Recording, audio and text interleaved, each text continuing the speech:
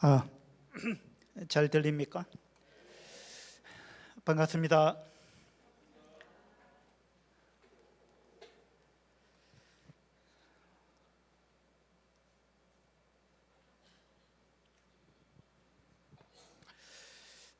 밀양 서부교회에서 왔습니다. 밀양이 어디 있는지 아십니까? 예, 물 한 잔 좀 준비해 주시면 좋겠습니다. 아, 옆에 있어요.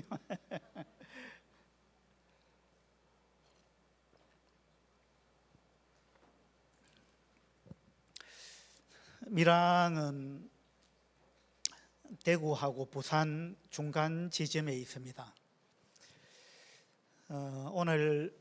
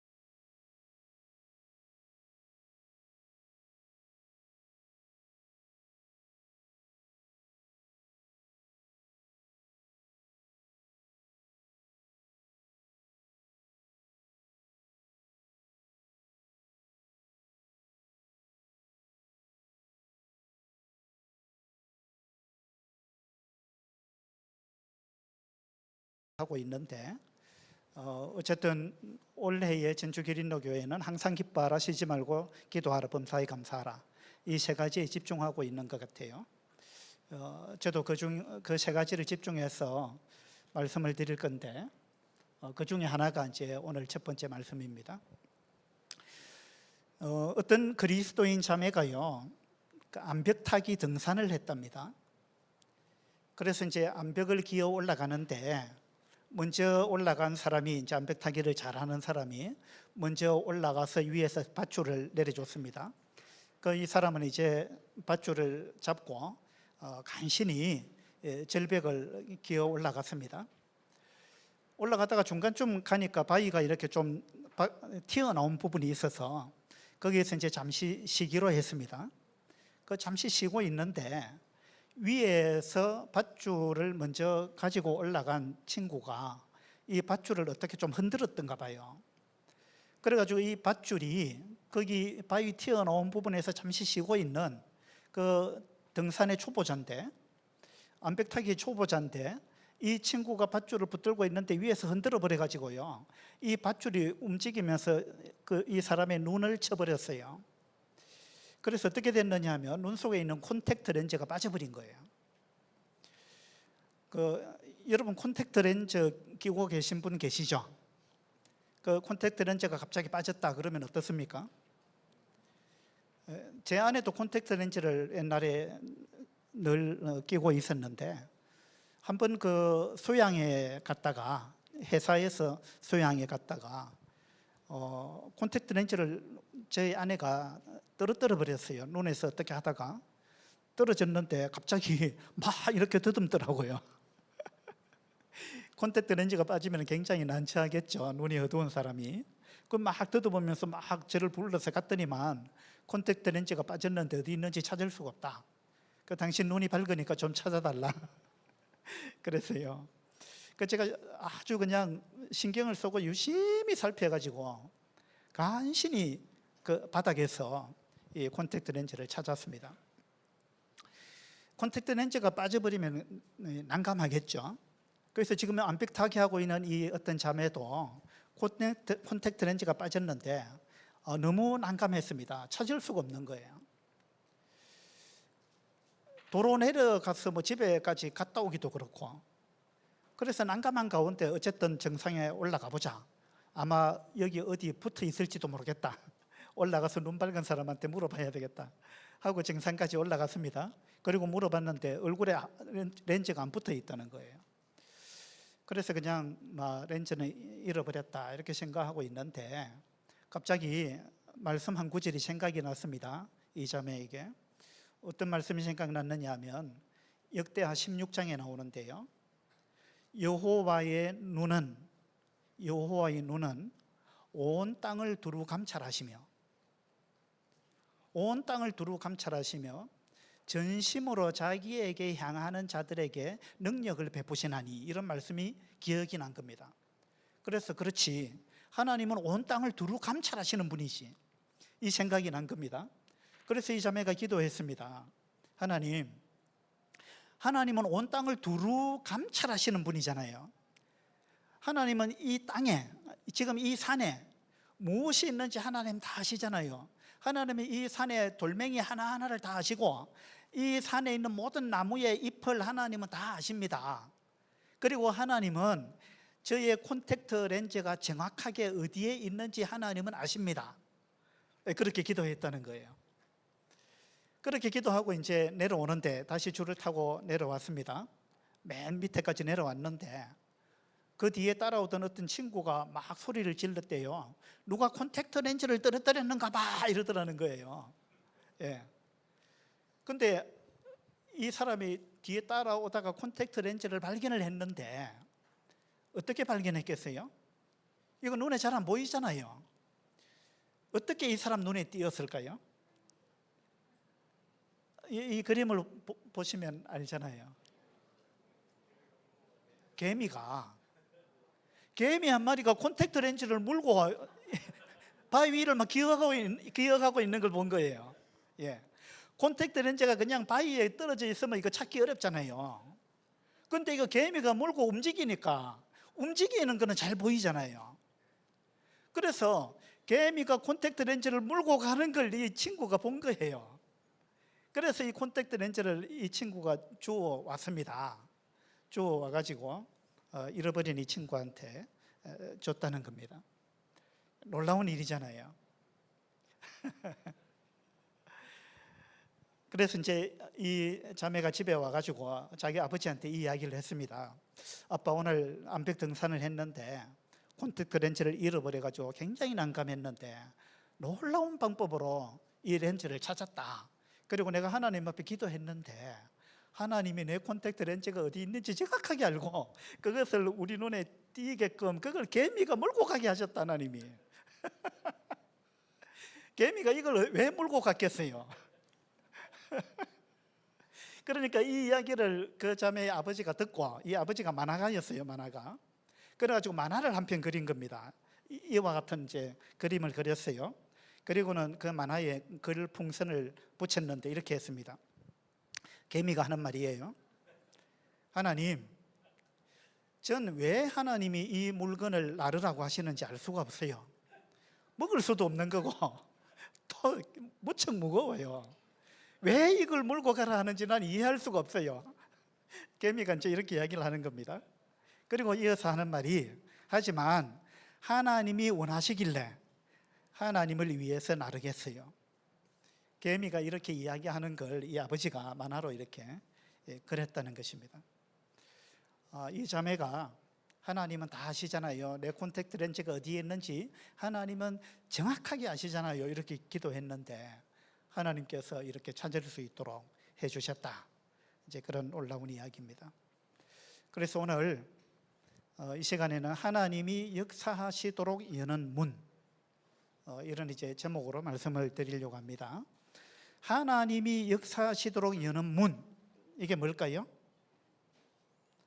하나님이 역사하시도록 우리가 문을 연다. 어떻게?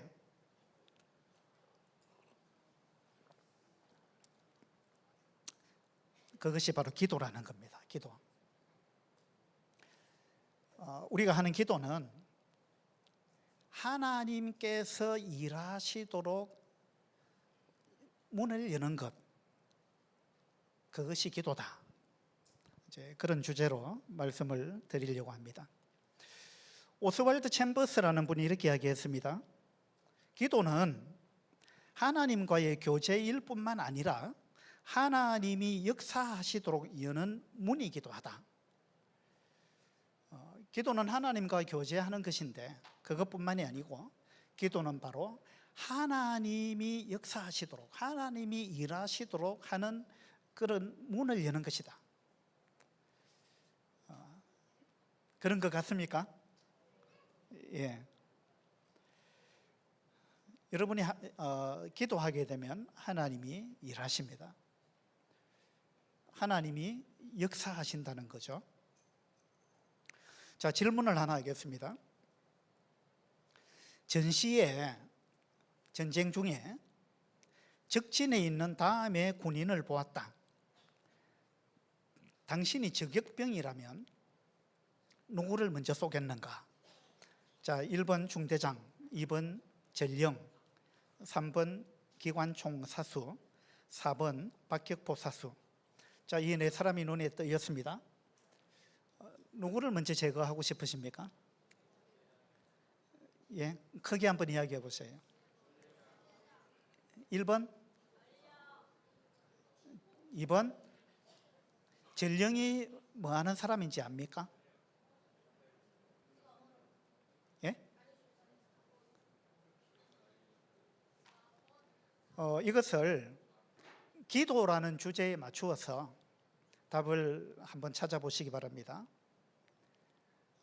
누구를 먼저 가장 제거해야 될까요? 예.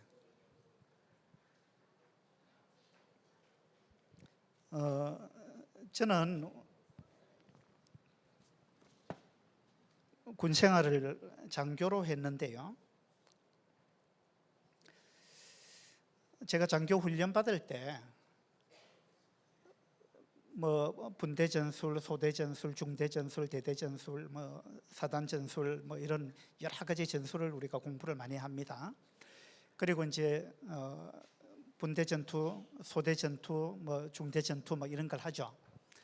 그런 걸 하면 우리는 이제 주로 산 꼭대기, 고지를 탈환하는, 고지를 점령하는 그런 훈련을 많이 했습니다. 뭐 현대전은 뭐 그렇게 잘 안 하는데 제가 훈련 받을 때는 그렇게 했습니다. 그 이제 산 봉우리를 탈취하는 거, 그게 이제 주 목표입니다. 그러면 이제 공격팀, 방어팀 이렇게 나누어 가지고 훈련을 많이 하죠. 그러면 산 정상에 방어팀이 있고요. 그다음에 공격팀은 산 맨 아래에서 이 이제 산 정상을 향해서 올라가서 그 공격을 해가지고 그 적을 무찌르고 고지를 탈환하는 것, 이것이 이제 공격팀이 해야 되는 일입니다. 그러면은 여러분, 방어하는 팀에 비해서 공격하는 팀이 숫자가 많아야 되겠죠. 그렇죠. 그러면 몇 대 몇 정도로 많아야 될까요? 공격팀이 몇 배요? 3배. 어떻게 그렇게 잘하세요?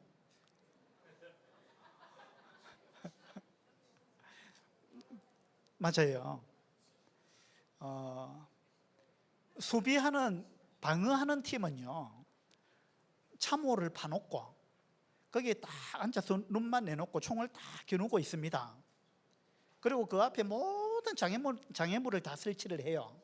뭐 철조망, 뭐 그다음에 함정을 파기도 하고요. 뭐 여러 가지 그냥 장애물을 막 설치를 하고 거기에 또 엄청난 화력들을 장치를 하죠. 뭐 크레모아 같은 거 엄청난 거 아닙니까? 그런 거. 그다음에 뭐 기관총, 소총 뭐 해가지고 다 겨누고 눈만 내놓고 겨누고 있습니다.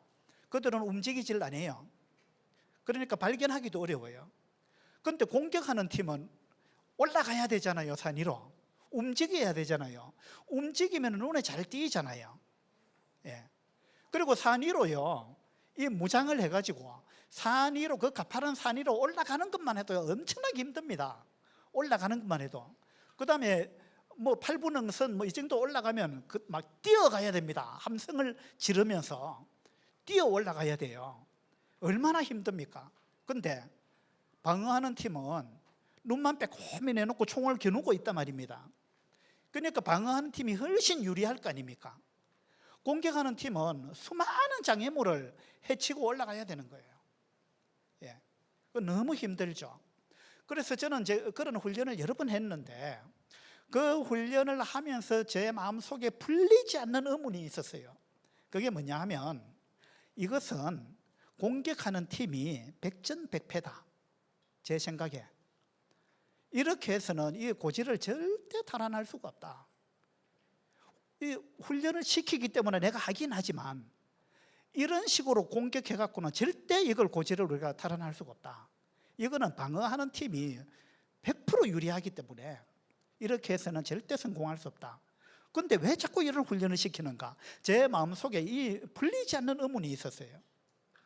예. 이렇게 해갖고는 절대 공격이 안 된다.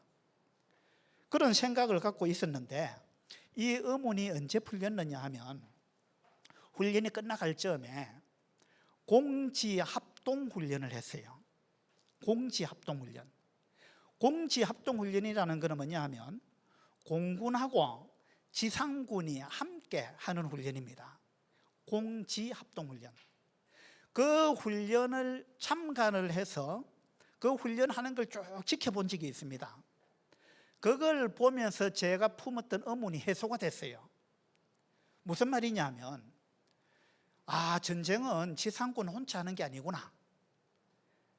우리가 막 고지를 탈환하기 위해서 우리 힘으로 그냥 우리 소총 하나 들고 모든 장애물을 헤쳐가면서 그 땀을 흘려가면서 비 오듯이 흘려가면서 그렇게 공격해 올라갔는데, 이렇게 해서는 절대 이길 수 없다고 나는 항상 생각했는데, 이것이 전쟁은 이렇게 하는 게 아니구나 라는 것이 공지합동훈련을 참관하면서 제가 이 의문이 해소가 돼버렸어요.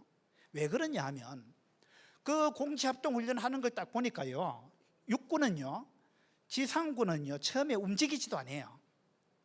처음에 뭐부터 하느냐, 저기 후방에서요 포병이 엄청난 막 포를 막 쏘아가지고 그 산을 포로 그냥 완전히 쑥대밭처럼 만들어버립니다. 엄청나게 많은 포 화력을 쏟아붓는 겁니다, 산에다가. 그 다음에 뭐가 출현하느냐 하면 전투기가 출현해요. 전투기 편대가 쫙 와가지고 그 산에 막 폭격을 해야 되는 거예요. 그러고 나면은 헬기 부대가 와요. 육군 항공 헬기 부대가 와서 막 쏘아붙입니다. 막 완전히 쑥대밭을 만드는 거예요. 그리고 이제 뭐 다연장 로켓 막 이런 거 막 엄청난 화력을 그 표적의 산에 막 쏟아붓는 겁니다. 그렇게 하면은요, 거기 있는 장애물, 함정 이런 거 막 전부 초토화돼 버리는 거예요. 제가 공제합동훈련 이걸 보기 전에는요, 내가 철조망을 통과하려고 하면요, 철조망 밑으로 기어가든지 안 그러면 철조망을 절단기를 갖고 막 잘라야 돼요.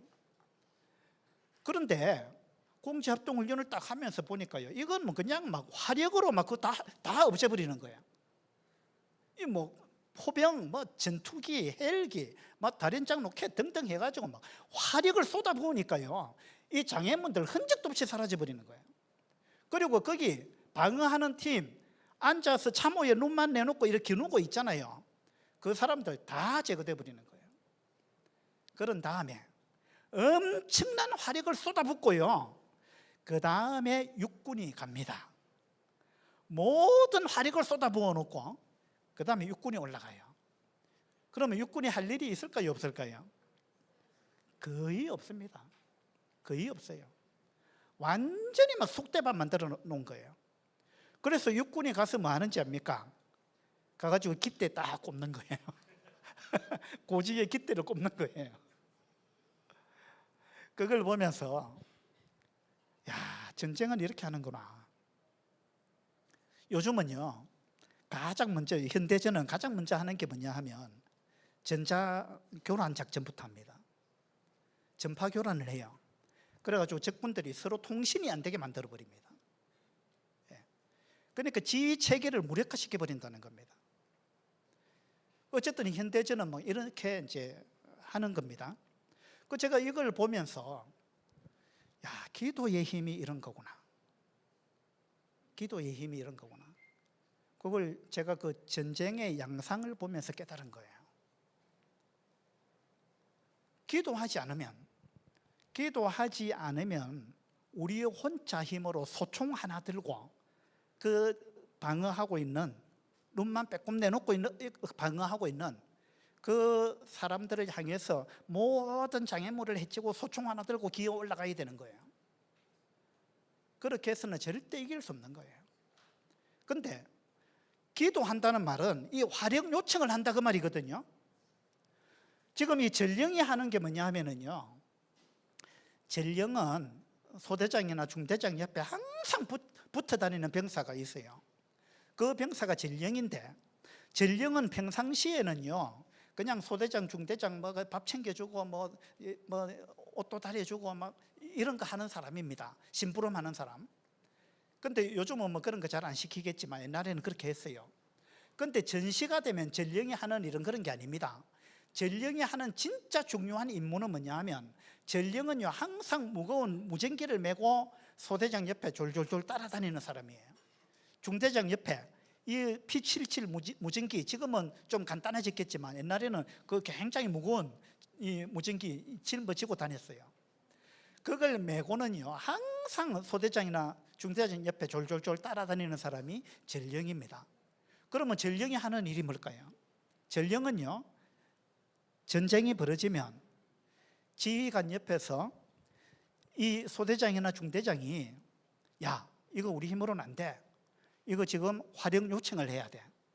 그래서 너 빨리 무전 날려라. 저기 포대에 무전 쳐가지고 좌표 불러주고 이 지점에 화력을 요청해라. 그러면 이 무전병이, 전령이 하는 일이 그겁니다. 막 무전을 치는 거예요. 좌표 막 불러주면서 여기에 화력 지원 요청한다. 그렇게 하는 겁니다. 그러면 소대급이나 중대급에서는요 화력 요청하면 포대의 지원을 받습니다. 포병의 지원을 받아요. 근데 대대급 정도 되면 달라집니다. 저는 제 소대장 역할을 하고 나서 그 다음에 대대급에서 제가 참모로 일했는데 교육장교 일을 했어요. 교육장교가 하는 일은 평상시에는 교육훈련 프로그램을 짜고 그 실행하고 하는 그런 일을 하는 역할을 해요. 교육장교가. 근데 교육장교가 전시에 하는 일은 뭐냐? 전시에 하는 일은 전시에는요 작전항공장교라고 불러요. 평상시에는 교육장교라고 부릅니다. 전시에는 작전항공장교라고 부릅니다.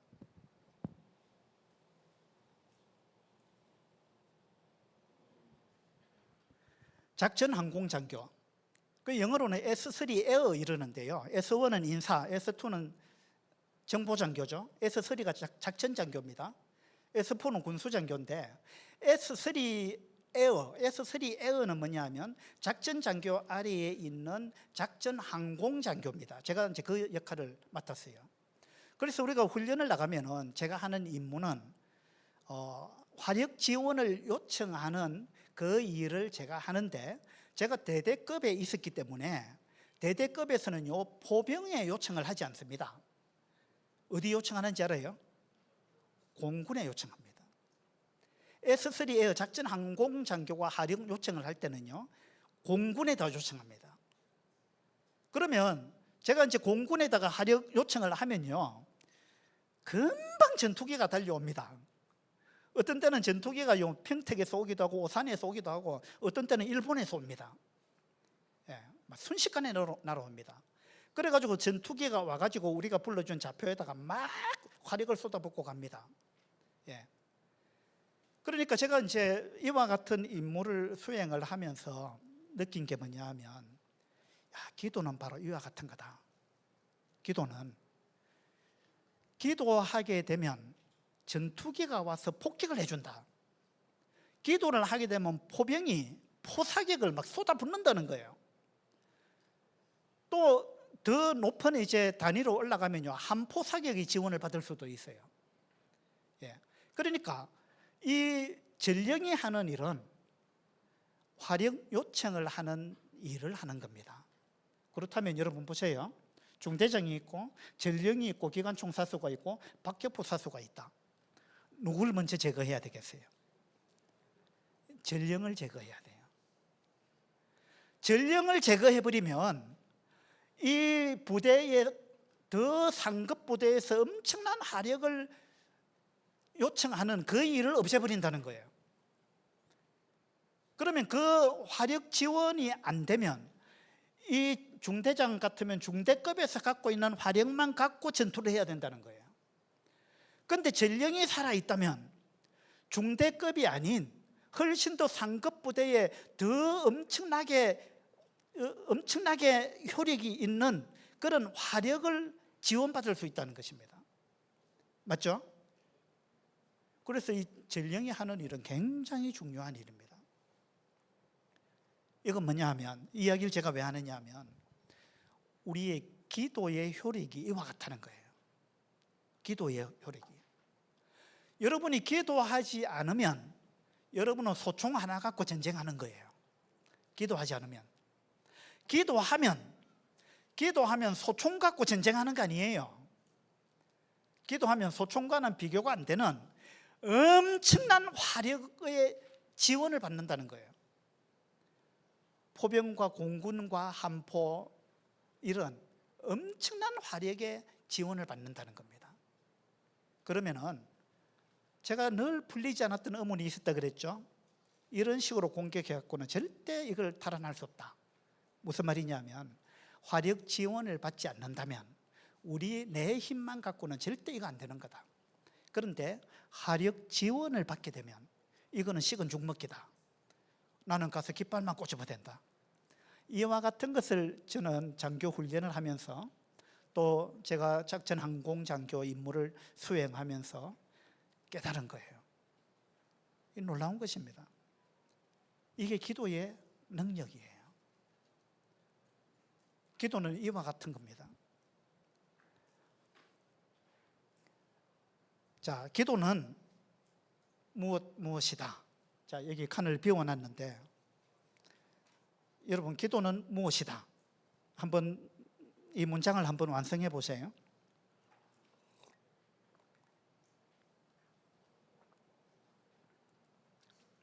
기도는 무엇일까요? 많은 사람들이 기도는 무엇이다, 뭐 이런 이야기를 했습니다. 그죠? 그래서 이제 저도 기도는 무엇이다. 이거 내 나름대로 뭘 하나 문장을 만들어 봐야 되겠다. 이제 그런 생각을 해봤습니다. 그래서 제가 만든 문장이 뭐냐 하면, 기도는 콘센트에 플러그를 꽂는 것이다. 이게 이제 제가 만든 기도에 관한 정의입니다. 기도는 콘센트에 플러그를 꽂는 것이다. 이게 무슨 말이냐면, 기도를 하게 되면 이 전기의 힘을 얻게 된다. 콘센트에 플러그를 꽂지 않으면, 여기 작동 안 하는 게 많을 겁니다. 여기. 그죠? 그 다음에 뭐 노트북이든 핸드폰이든 뭐든 간에요, 충전하지 않으면, 콘센트에 플러그를 꼽지 않으면, 전기가 들어오지 않으면 이건 완전히 그냥 죽은 거, 무용지물이 되어버리는 겁니다. 그래서 저는 이제 기도는 바로 이와 같은 거다. 콘센트에 플러그를 꽂는 것이다. 그러면 이 전기의 힘을 빌어서 우리는 모든 것을 할 수 있다. 그런 제 생각이 들었습니다. 기도에 관해서 이제 유명한 말들을 하신 분들이 많이 있는데, 앤드루 머레이라는 분은 이렇게 이야기했습니다. 기도는 하나님이 당신의 삶에서 일하시도록 허락하는 것이다. 기도는 하나님이 당신의 삶 가운데서 하나님이 일하시도록 허락하는 것, 이것이 기도다. 이 앤드루 머레이는 이렇게 이야기했습니다. 그 다음에 앵거스 부칸이라는 분은 이렇게 이야기했는데, 이거 누구 한번 해석 좀 해보세요.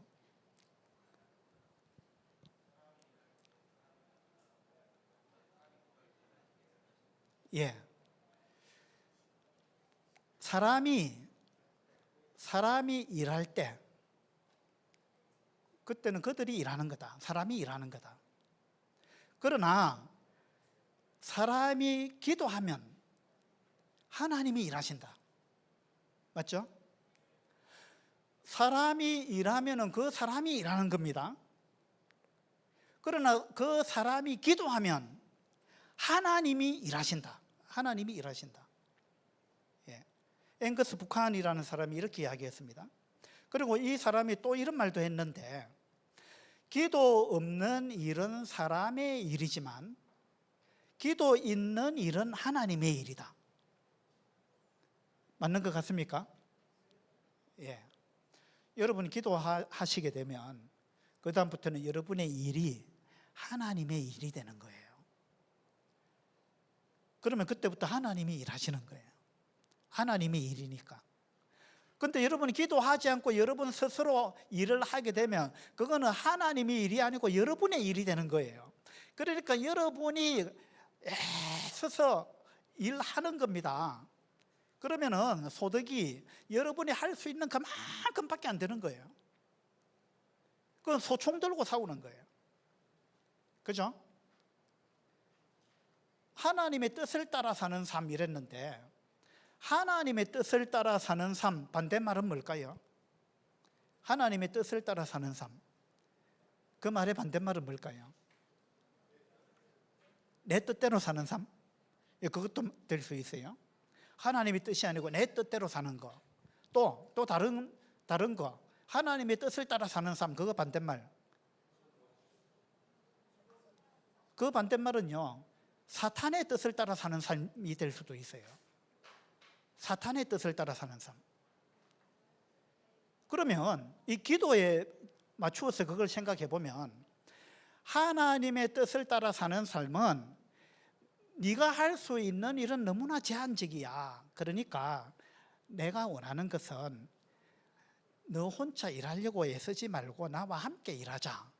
그래서 나한테 부탁해, 나한테 기도해. 그러면 내가 그 일을 할게. 같이 하자. 이게 하나님의 뜻이에요. 하나님이 우리한테 그와 같은 뜻을 갖고 계시다는 거예요. 그래서 하나님은 야, 너 혼자 너무 힘들게 그렇게 하지 마. 그렇게 한다고 얼마나 하겠어. 내가 도와줄게. 나한테 좀 요청해봐. 그러면 내가 도와줄 거야. 그리고 나하고 함께 하자. 내가 주도할게. 나한테 도움을 요청해. 이게 하나님의 뜻입니다. 사탄의 뜻은 너 힘으로 해. 뭘 자꾸만 누굴 보고 도와달라 그래. 너도 할 수 있어. 너 힘으로 해. 이게 사탄의 뜻입니다. 하나님의 뜻은 내가 전투기를 출격시켜가지고 그 산을 초토화시켜 줄게. 이게 하나님의 뜻이에요. 사탄의 뜻은 야야야, 너 소총 있잖아. 그 소총 갖고 싸우면 돼. 이게 사탄의 뜻입니다. 그러면 여러분은 어떻게 싸우고 싶습니까? 소총 한 자루 갖고 싸우고 싶어요? 안 그러면 전투기의 도움을 받고 싶습니까? 그럼 어떻게 해야 되겠어요? 기도하면 된다는 거예요. 근데 왜 기도 안 하느냐? 하나님의 뜻을 저버리고 사탄의 뜻을 따라가는 거예요. 그 사탄에게 속고 있는 거예요. 야, 너도 할 수 있잖아.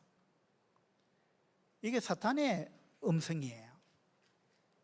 그래서 여러분이 만약에 기도 안 하고 기도 잘 안 하신다, 그런 분은 아, 내가 사탄에게 속고 있구나, 이렇게 생각하셔야 돼요. 그럼 여러분이 할 수 있는 것은 지극히 제한적입니다.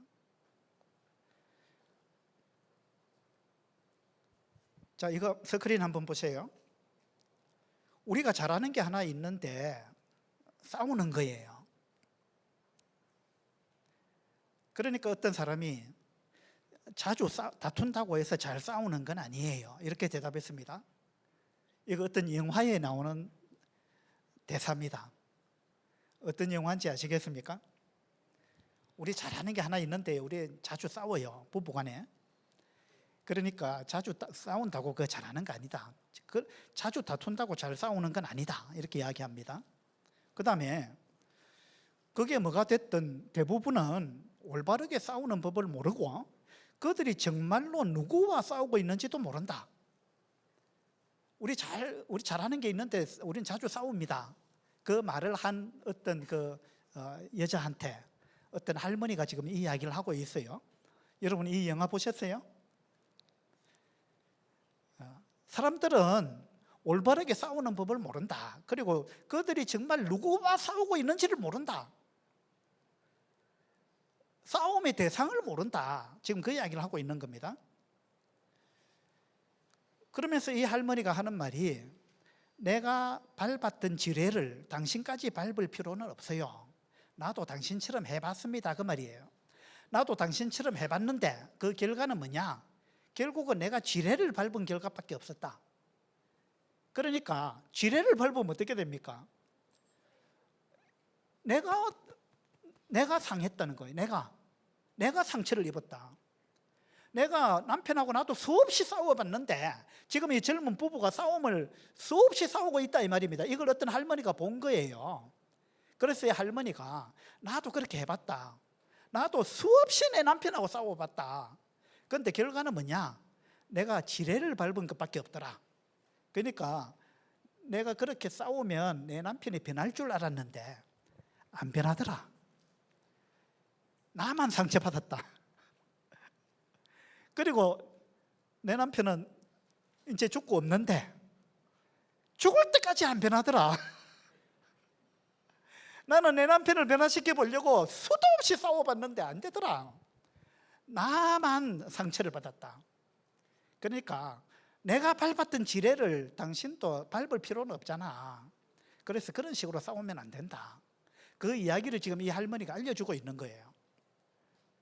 여러분, 주로 이제 여자들은 결혼하면 자기 남편을 자기가 막 만들어 가려고 하거든요. 그래가지고 막 수없이 잔소리 하잖아요. 그래서 늘 싸웁니다. 자기 남편을 변화시켜 보려고. 그래, 변화됩니까? 됩니까? 안 됩니까?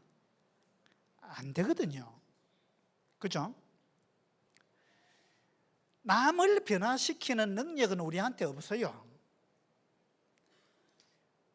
이거는 거의 불가능이에요. 우리는 수없이 다른 사람을 변화시키려고 애를 씁니다. 그런데 안 되는 거예요. 이걸 빨리 깨달아야 되는데 이거 사람들이 거의 죽을 때까지 못 깨닫는 거예요.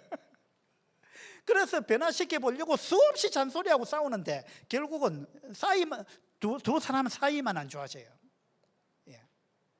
그러면 상처만 받아요. 서로 속에 응어리만 남아 있는 거예요.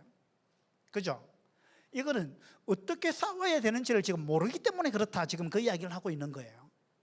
어떻게 싸워야 되는지를 모르고 있고 누구와 싸워야 되는지를 모르고 있다.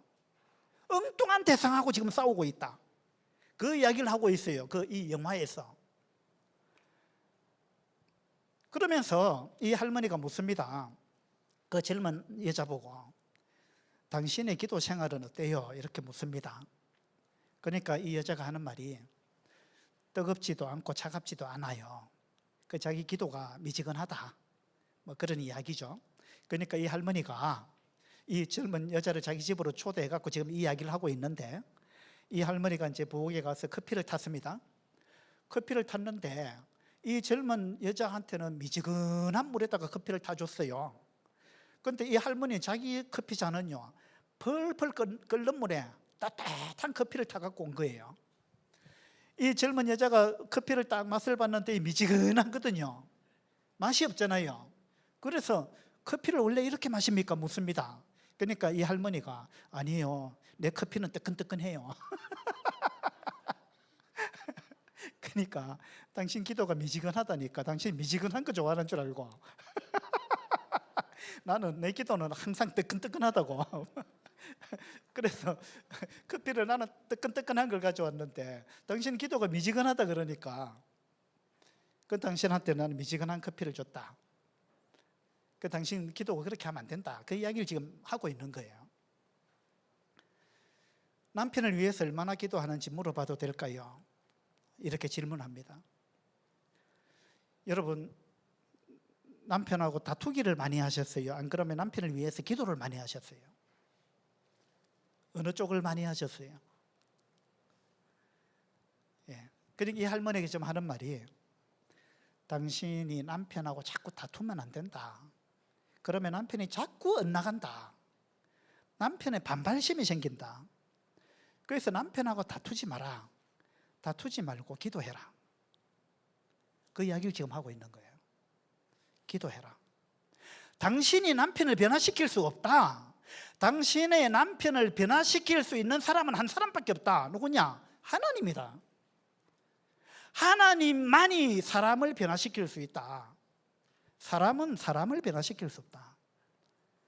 당신이 변화시킬 수 있는 것은 당신 자신밖에 없다. 당신 자신은 당신이 결심해서 바뀔 수 있다. 그런데 당신이 당신 남편을 변화시킬 수는 없다. 당신 남편을 변화시킬 수 있는 유일한 분이 있다면 그분은 하나님이다. 그러니까 하나님께 기도해라. 이 영화에서 이 할머니가 그 이야기를 하고 있어요. 그러면서 바로 전쟁터 뒤에선 누군가가 작전을 세운다. 이 할머니가 그 이야기를 해줍니다. 자, 전쟁이 벌어졌다. 군인들이 막 총을 들고 나가지고 싸우고 있는데, 전쟁을 하고 있는데, 근데 그 전쟁을 움직이는 존재는 따로 있다. 그건 누구냐? 그 전쟁의 작전을 짜는 사람이라는 거예요. 작전을 짜서 어느 부대를 어디에 투입시키고 전투기를 어디에 출격을 시키고 포병 화력을 어디에 쏟아붓게 만들고 이 전쟁을 지휘하는 자가 있다는 거예요. 작전을 짜는 사람이 있다는 거예요. 그 사람이 실제로 전쟁을 하는 거다. 전쟁을 움직이는 거다. 그 작전을 짜는 사람, 그 사람이 전쟁을 실제로 이끌어가는 사람이다. 당신은 지금 남편하고 싸우기만 하는데 당신과 남편의 그 전쟁을 실제로 움직이는 분은 따로 있다. 그 작전을 짜는 존재가 따로 있다. 그래서 그 작전실, 거기서 어떤 일이 벌어지느냐, 이것이 중요하다. 그 이야기를 하고 있어요. 그 작전실을 영어로 뭐라 하는지 아십니까? 이거예요. 한번 읽어보세요. 영어 워룸. 이 영화 제목이 이겁니다. 여러분 이 영화 안 보셨으면 한번 보세요. 참 놀라운 영화예요. 워룸. 이 단어를 직역하면은 전쟁 방인데, 전쟁의 방인데, 이것을 해석하면 지통실이라 그래요. 지통실. 지통실이 뭔지 아십니까? 그 윤석열 전 대통령이 계엄을 일으키고 나서 용산 대통령실 지하에 있는 이 지통실에 들어갔다 그랬잖아요. 지통실. 그 지통실이 뭐냐 물으니까 어떤 사람은 뭐 지하 통제실이다 이러던데, 지하 통제실이 아니고 지휘 통제실이에요.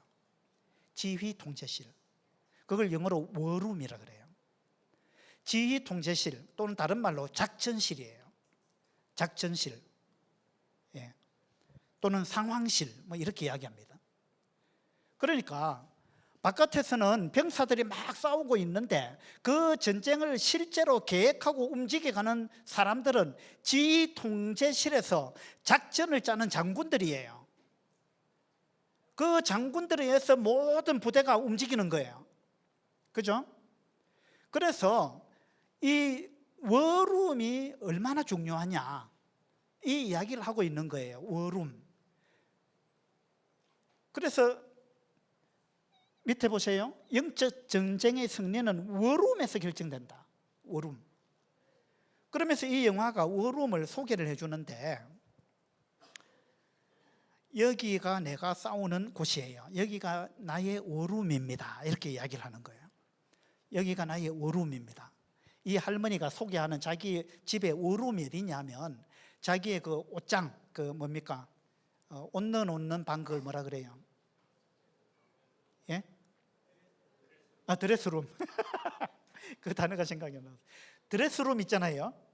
이 드레스룸을 이 할머니는 자기의 워룸으로 만든 거예요.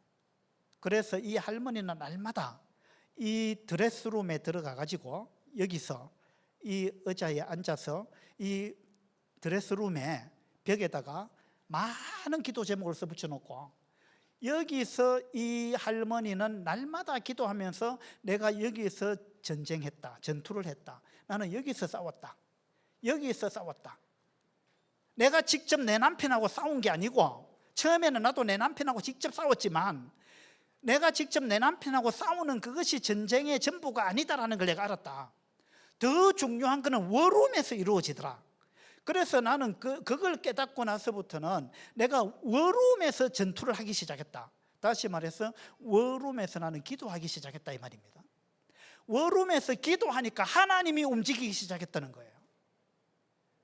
그래서 당신도 남편하고 자꾸 싸우지 말고 필드에서 싸우는 거, 그것만이 전쟁이 아니다.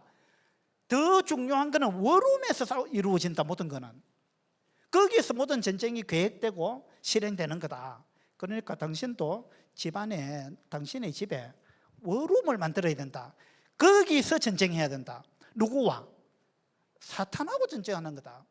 당신은 당신 남편하고 전쟁하고 있지 않느냐? 당신의 남편이 적이냐? 당신의 남편은 당신의 적이 아니다. 남편이 뒤에서 남편을 조종하는 사탄이 있지 않느냐? 그 사탄과 전쟁해야지. 왜 당신은 당신 남편하고 전쟁하느냐? 당신 지금 누구와 싸워야 되는지를 모르고 있는 거다. 다시 말해서 당신은 기도해야 되는데, 기도해서 영적 전쟁을 해가지고 당신 남편이 변화되도록 해야 되는데, 당신은 영적인 전쟁을 하는 게 아니고 육적인 전쟁만 하고 있는 거다. 그리고 누구와 싸워야 되는지를 모르고 있다. 당신은 남편과 싸워서 되는 게 아니다. 기도로서 사탄과 싸워야 되는 거다. 그리고 기도해서 하나님이 일하시도록 해야 된다. 그래야 당신 남편이 변하는 것이다. 그걸 이 할머니가 이 영화에서 가르쳐 줍니다. 여러분, 기도는 이와 같은 거예요. 기도하지 않으면 여러분이 엉뚱한 적하고 싸우는 거예요. 사실은 적하고 싸워야 되는데 아군하고 싸우는 거예요. 그렇잖아요. 남편이 적입니까? 아군이잖아요, 아군. 그 뒤에서 누가 조종하고 있는지 그걸 모른다는 거예요. 우리 눈에 보이는 것만 있는 게 아니고, 그죠? 영적인 세계가 있잖아요. 거기서 전투가 벌어지고 있는 것입니다. 그 전쟁에서 이기기 위해서 우리는 기도해야 한다는 거예요. 그래서 이 젊은 여자가요, 자기 집에 가서 자기 드레스룸에서 이제 오름을 만들었어요. 그래가지고 처음에 시작했는데 나중에 뭐 옷이 막 걸리적거리니까 거기 드레스룸에 있는 옷을 전부 다른 방으로 다 옮겨놓고요, 거기다가 기도 제목 붙여놓고 이 여자가 기도하기 시작합니다. 어떻게 기도합니까? 어떻게 기도해요? 이렇게 했단 말입니다. 뭐라고 기도했어요? 하나님, 내 남편이 어떻게 저럽니까? 내 남편 좀 변화시켜 주세요. 처음에는 그렇게 기도했어요. 지금 기도가 어떻게 바뀌었어요? 하나님, 제가 제 남편을 사랑할 수 있게 도와주세요. 이렇게 바뀌었어요. 여러분, 기도하면요, 기도하면 이렇게 바뀝니다. 기도하는 그 사람이 먼저 바뀌는 거예요. 이게 기도의 놀라운 효력이에요. 기도하면 여러분 마음이 넓어져요. 기도하면 여러분 속에 사랑이 생기는 거예요. 여러분 마음이 넓어지고, 기도하면 누군가를 용서할 수 있는 마음이 생기는 거예요. 누군가를 용납할 수 있는, 포용할 수 있는 마음이 생깁니다. 그리고 기도하면 그 사람이 불쌍해 보이는 거예요. 기도하지 않으면 그 사람 꼴도 보기 싫은 거예요. 막 미워 죽겠는 거예요. 아무리 이야기해도 안 바뀌어요. 이야기하면 할수록 더 잘못돼요. 막 꼴도 보기 싫은 거예요. 기도하지 않고 싸우면 그렇게 됩니다. 기도하면 여러분이 바뀝니다. 여러분이 바뀌면 그 사람도 바뀝니다. 맞죠? 이게 기도의 효력이에요. 자, 여러분, 내가 다른 사람을 변화시킬 수 없다. 한번 따라해 보세요. 내가 변화시킬 수 있는 사람은 나밖에 없다. 이건 진리예요. 다른 사람을 변화시키기 위해서는 기도해야 됩니다. 물론 나를 변화시키기 위해서도 기도해야 되지만, 우리는 자꾸 내가 다른 사람을 변화시킬 수 있다고 생각하는 거야. 그거 안 되는 겁니다. 사람을 변화시키는 것은 하나님만이 하실 수 있는 거예요. 그래서 우리는 기도해야 됩니다. 기도해야 됩니다. 기도하지 않으면 맨날 그냥 죽을 때까지 싸우다가 끝나는 거예요. 더 악화됩니다. 더 나빠져요. 워룸, 우리에게 워룸이 필요합니다. 여러분 집에 워룸이 있습니까? 원룸 말고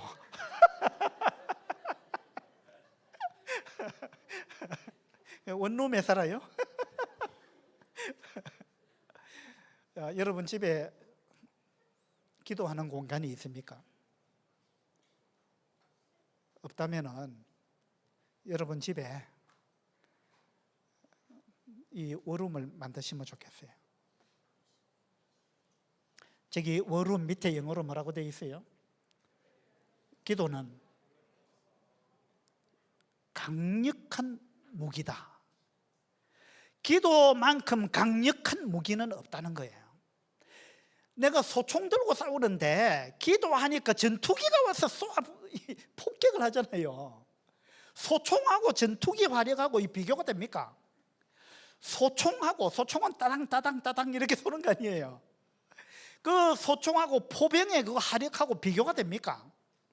이건 비교가 안 되는 거잖아요. 기도만큼 강력한 무기는 없다. 기도하면 하나님이 일하시는 거예요. 하나님의 능력으로, 내 힘으로가 아니고 하나님의 능력으로. 이것이 우리가 기도해야 되는 이유입니다. 역대하 20장을 한번 보도록 합시다.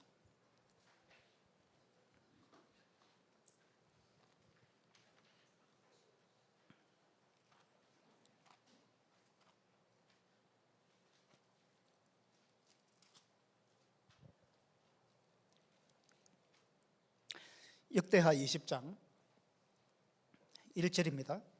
그 후에 모압 자손과 암몬 자손들이 마온 사람들과 함께 와서 여호사밧을 치고자 한지라. 자, 남유다 여호사밧 왕이 다스릴 때에 모압 자손과 암몬 자손과 마온 사람 세 나라 연합군이 쳐들어왔습니다. 그런데 여호사밧이 어떻게 했느냐 하면 3절에 보세요. 여호사밧이 두려워하여 여호와께로 낯을 향하여 간구하고 온 유다 백성에게 금식하라 공포하며 유다 사람이 여호와께 도움을 구하려 하여 유다 모든 성읍에서 모여와서 여호와께 간구하더라. 여호사밧이 첫 번째 한 일은 백성들을 모았습니다. 우리 하나님께 기도합시다. 기도했어요. 여호사밧 왕이 첫 번째 한 거는 백성들을 모아서 기도한 거예요. 여호사밧은 기도의 힘이 얼마나 엄청난 것인지 이걸 여호사밧 왕은 알았습니다. 이때 남유다가 군사력이 약했느냐? 그렇지 않습니다. 남유다에 이때 100만의 군사가 있었어요. 우리나라 육군보다 지금 더 많아요. 100만 명이면 100만의 군사가 있었고 전 국토를 요새화시켜 놨습니다. 이 여호사밧 왕이 그 일을 해놨어요. 그런데도 불구하고 여호사밧 왕은 우리가 이만큼 군사력이 막강하니까 우리 힘으로 싸우자 이렇게 한 게 아니에요. 여호사밧은 어떻게 했느냐? 우리 모여서 기도합시다. 이것부터 했다는 거예요. 어떻게 기도했느냐? 6절에 보세요. 이르되 우리 조상들의 하나님 여호와여, 주는 하늘에서 하나님이 아니시니까 이방 사람들의 모든 나라를 다스리지 아니하시나이까. 주의 손에 권세와 능력이 있사오니. 여호사밧은 우리도 군사력이 있지만 하나님의 그 능력에 우리가 어떻게 비교할 수 있겠습니까? 하나님에게는 모든 권세와 모든 능력이 있으니까 하나님이 해주셔야 됩니다. 하나님이 해주셔야 됩니다. 그렇게 기도했습니다. 주의 손에 모든 권세가 있지 않습니까? 이방 사람들의 모든 나라를 다스리는 분이 주님이시지 않습니까? 그렇게 기도했습니다. 그 결과 어떻게 됐느냐? 22절을 보세요. 22절에 그 노래와 찬송이 시작될 때에 여호와께서 복병을 두어 유다를 치러 온 암몬 자손과 모압과 세일산 주민들을 치게 하심으로 그들이 패하였으니 곧 암몬과 모압 자손이 일어나 세일산 주민들을 쳐서 진멸하고 세일 주민들을 멸한 후에는 그들이 서로 쳐 죽였더라. 하나님께 기도하니까 지금 남유다 백성이 나가서 전쟁을 하기도 전에 그들이 자기들끼리 싸워가지고요 그냥 끝나버렸어요. 자기들끼리 싸웠어요. 이것이 하나님의 능력입니다. 이 남유다의 병사들이 지금 가서 싸운 게 아니에요. 그 다음 구절을 보세요. 24절에 유다 사람이 들 망대에 이르러 그 무리를 본적 땅에 엎드러진 시체들 뿐이요 한 사람도 피한 자가 없는지라. 그래서 남유다의 병사들이 군대가 가보니까요 적군이 다 죽었어. 누가 죽였어요? 자기들끼리 싸워가지고. 그죠? 그러니까 남유다의 군대가 가서 한 건 뭡니까? 예, 이제 시체 처리하면 돼요. 거기 가서 이제 깃발 딱 꽂으면 돼요. 우리 승리했다. 맞죠? 이게 기도의 효력이에요. 소총 들고 가서 싸우는 게 아니고 육군은 하는 게 뭐냐 하면 공군과 포병과 막 이런 화력으로 완전히 쑥대밭을 만들어 놓은 거기에 육군이 올라와서 깃대 딱 꽂으면 되잖아요. 지금 이 일이 역대하 20장에 그대로 나와 있잖아요.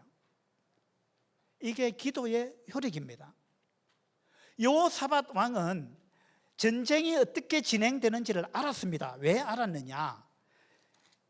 18장을 한번 보세요. 18장 18절입니다.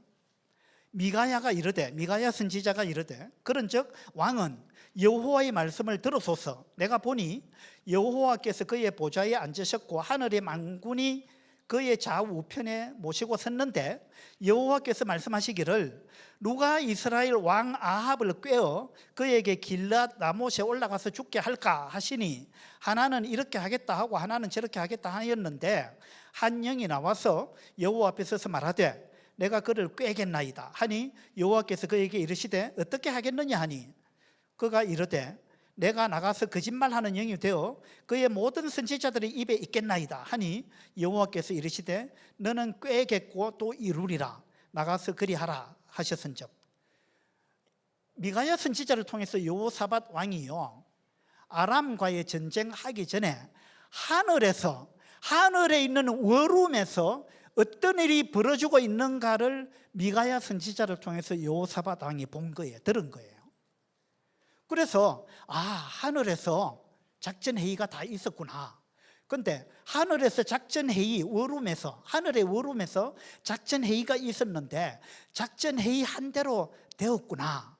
이걸 여호사밧 왕이 듣고 본 거예요. 그래가지고 이 아람의 이때 이 아합 왕이 어떻게 죽었어요? 아합 왕이요, 아람과의 전쟁에 나갔는데 어떻게 했습니까? 이 아합 왕이요, 여호사밧 왕한테 이야기합니다. 나는 변장을 하고 갈 테니까 당신은 왕복을 입으소서 이러잖아요. 이 아합은 자기가 죽을까 싶어가지고요, 자기는 병사복을 입었습니다. 왕복을 입은 게 아니고 변장을 했어요. 여호사밧 왕은 왕복을 입고 갔습니다. 남유다 왕은. 그래 갔는데 적군이요, 적의 지휘관이 그랬습니다. 다른 사람은 저격할 필요가 없다. 저 왕만 죽이면 된다 이랬거든요. 그래가지고 여호사밧 왕이 죽음 직전까지 갔습니다. 그런데 하나님이 도와주셔가지고 여호사밧 왕이 살아나고, 누가 죽었습니까? 북이스라엘의 아합 왕이 죽었잖아요. 변장을 하고 간 아합 왕이 죽었잖아요. 왜 죽었습니까? 어떤 사람이, 적군이 무심코 활을 쏘았는데 그 활이 아합 왕의 갑옷 솔기를 뚫고 들어갔다 이랬잖아요. 맞죠? 그렇게 해서 아합 왕이 죽었습니다. 이거 뭐대로 된 거예요? 하늘의 워룸에서, 하늘의 작전실에서 작전회의했던 그대로 된 거예요. 맞죠? 이것이 기도의 힘이에요. 전쟁은 워룸에서 이루어지는 거예요. 필드에서 이루어지는 게 아니에요. 워룸에서 이루어지는 거예요. 이 여호사밧 왕이 미가야 선지자를 통해서 하늘에서 어떤 작전회의가 있었는지 이걸 들었고요, 그 작전회의 한 대로 아합이 죽었다 이걸 봤잖아요. 그래서 여호사밧은요, 세계연합군이 쳐들어오니까 기도해야 된다. 전쟁은 워룸에서 이루어지는 거야. 기도해야 된다. 그렇게 해서 기도했단 말입니다. 그게 역대하 20장의 내용이에요. 여러분, 기도는 이런 것입니다. 전쟁은 어디서 벌어진다고요? 워룸에서 결정되는 거예요. 이건 뭐냐면 우리의 영적 전쟁도 똑같아 이 말입니다. 우리의 영적 전쟁도 워룸에서, 기도실에서 이루어진다는 것입니다. 그래서 우리는 기도해야 됩니다. 기도 안 하면 소총으로 싸우는 거예요. 기도하면 하나님의 화력으로 싸우는 거예요. 이건 화력이 비교할 수 없는 것입니다. 기도는 강력한 무기예요. 그래서 우리는 기도해야 합니다. 아멘이십니까? 여러분, 각자의 기도실을 만드시고 여러분 기도하시게 되길 바랍니다. 여러분 혼자서 바등바등 하지 마시고 소총 갖고 전쟁하려 하지 마시고 기도하시게 되길 바랍니다. 네, 감사합니다.